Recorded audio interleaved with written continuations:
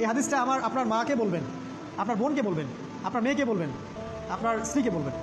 এই হাদিসটা যদি কারো হৃদয়ের মধ্যে গেঁথে যেতে পারে, তার দ্বারা অন্যায় করা সম্ভব না। একটু এই কথাটা না বললে জাস্টিস হবে না। রাসূল সাল্লাল্লাহু আলাইহি ওয়াসাল্লাম মেরাজে গিয়েছিলেন, আপনারা জানেন।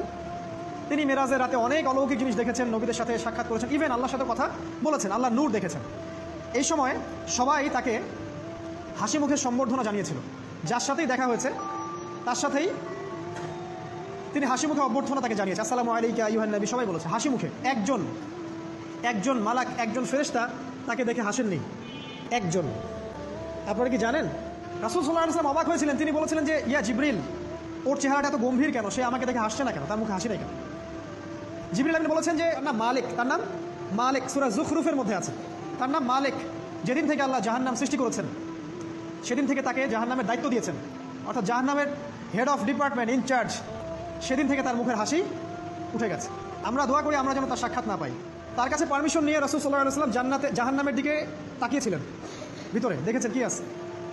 তিনি পরে যা ব্যাখ্যা করেছেন তা হলো, আমি দেখলাম সেখানে খালি মেয়ে আর সেখানে খালি নারী আর নারী।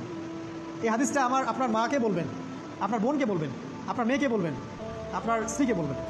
এই হাদিসটা যদি কারো হৃদয়ের মধ্যে গেঁথে যেতে পারে, তার দ্বারা অন্যায় করা সম্ভব না।